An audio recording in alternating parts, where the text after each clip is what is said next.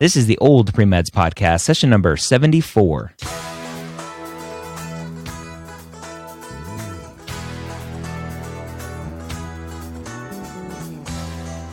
You're a non-traditional student entering the medical field on your terms.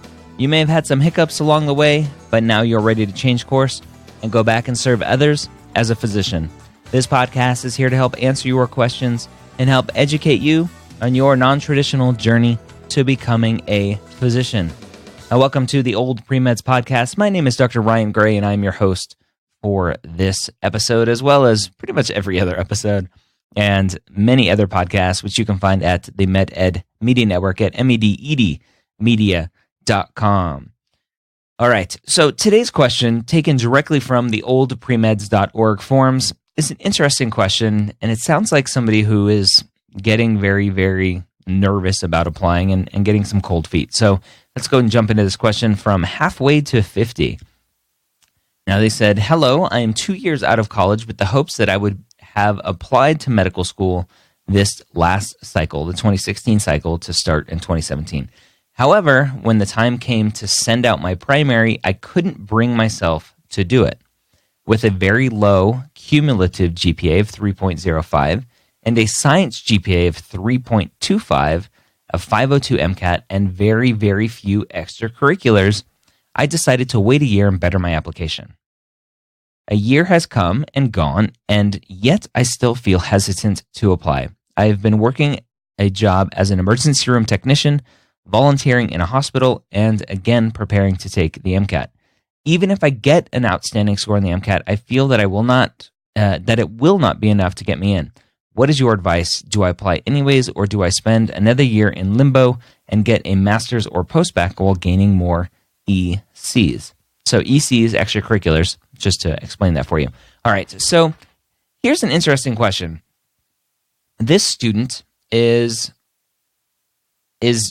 nervous about spending the money to apply to medical school without getting in. And it's a legitimate concern, especially given the GPA for the student, 3.05 cumulative, science GPA 3.25. Those aren't great. The science GPA is decent, but it's not great. A 502 MCAT with that GPA, not great. Again, if you've heard anything from me in the past, the MCAT and GPA are just a small portion of your application. That's a large portion, but it's only a portion of your application. And so you can't only go on that. And this student doesn't. They talk about very, very few extracurriculars. And if you listen to episode 171 of the pre-med years, I had a discussion with a former dean of admissions at UC Irvine, where she talked about a lack of clinical experience being one of the big reasons not getting into medical school. And so this student recognized the fact that they were lacking some extracurriculars and went and got a job as an emergency room technician. I'd be interested to know what that is if you're actually interacting with patients. It sounds possibly like that's what you're doing, which is great. They are planning to take the MCAT again, which is great. You have to do well. What I would have liked to see over this past year is them taking some post-bacc classes. Now, you don't have to do a formal post-bacc, but doing more classes to bring up your GPA, bring up this student's GPA from a 3.05, maybe get the cumulative up to a 3.2, 3.3, and that science GPA up higher around a 3.5. That would be fantastic and would make an admissions committee think twice about that application. I had a great discussion with the dean of admissions at the University of Central Florida, and we talked about non-traditional students who have done poorly in the past, and he discussed how he looks at applications. He looks at the last 20 hours of coursework, of science coursework.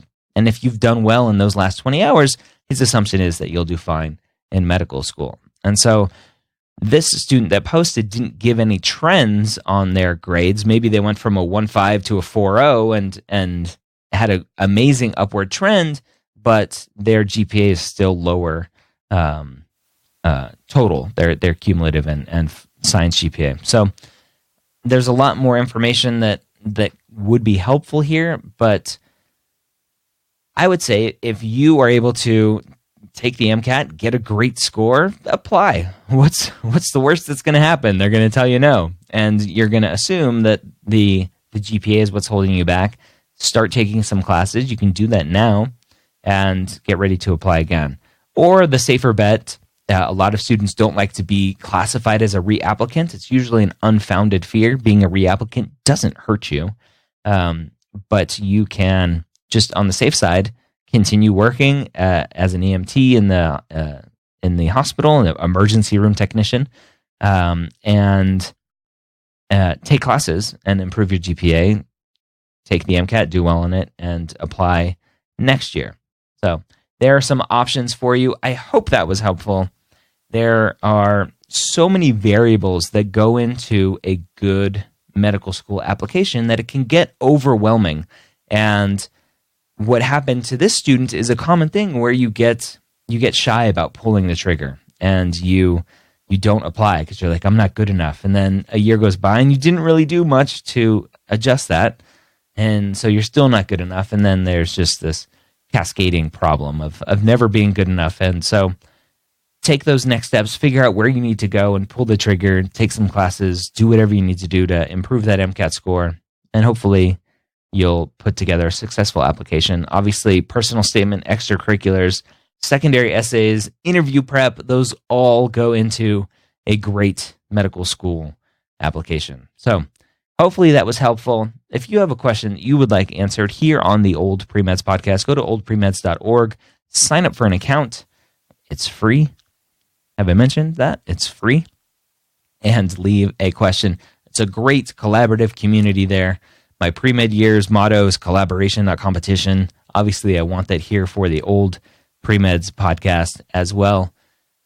So, with that said, I would love for you to share this podcast with your friends, neighbors, advisors, whoever it is that you think would enjoy and benefit from listening to advice for non-traditional students. That's my ask of you today. Go share this with somebody you know.